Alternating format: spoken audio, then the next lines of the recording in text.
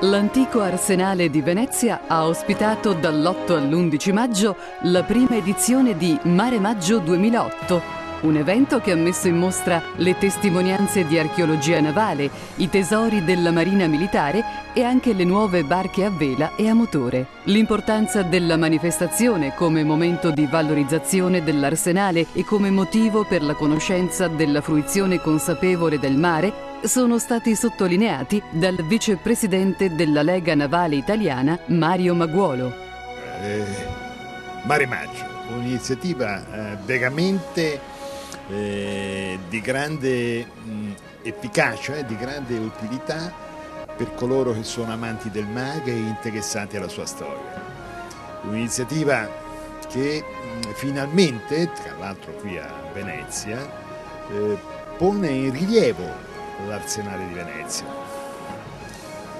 Fa in modo di porlo in posizione baricentrica in una città che l'ha sempre vista un pochettino a lato. Ritengo che questa manifestazione lo ponga in posizione baricentrica a pieno merito e con pieno titolo.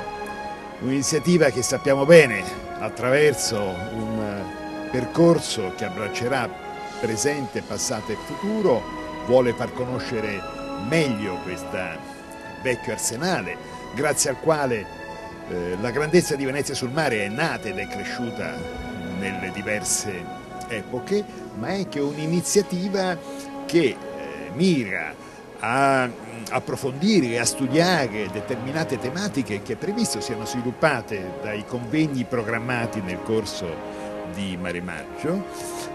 È anche un'iniziativa che consente di far conoscere meglio il mare e quelle che sono le opportunità che il mare offre in termini di svago e in termini di fruizione consapevole.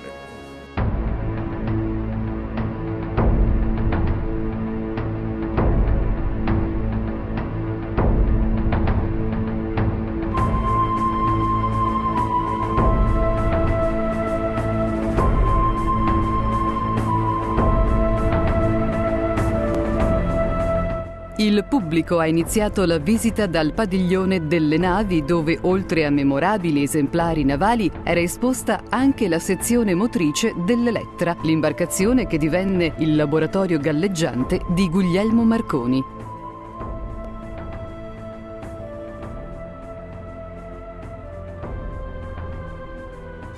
L'esposizione Mare Maggio è stata l'occasione per vedere un esempio concreto di utilizzo dell'arsenale che in futuro diventerà anche sede di importanti enti pubblici, come ha anticipato il presidente magistrato alle acque Maria Giovanna Piva.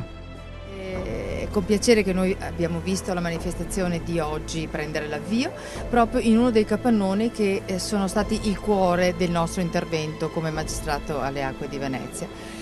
Un intervento di restauro, un importante restauro di tutta una serie di attività ormai degradate all'interno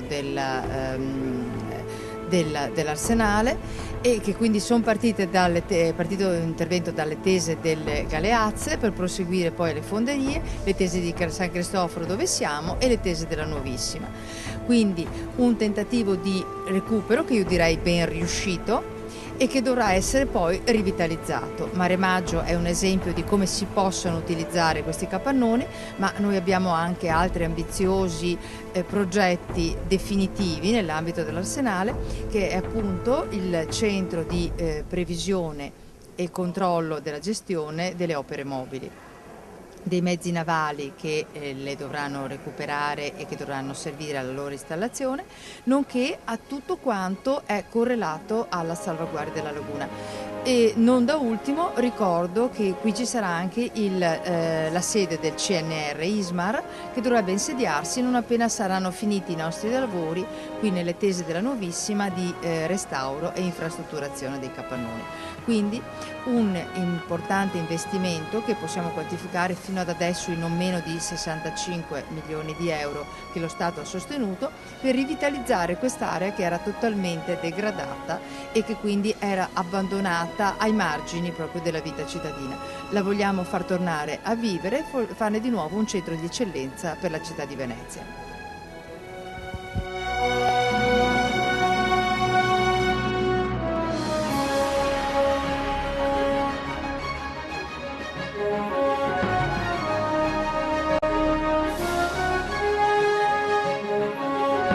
Nella splendida cornice delle Tese di San Cristoforo ha preso vita una rappresentazione storica con figuranti impegnati a mostrare le mansioni tipiche dell'ambiente marinaro del XIV e del XV secolo. All'interno delle Tese è stata allestita una mostra dove si sono potute osservare le celebri coste dell'antico Bucintoro.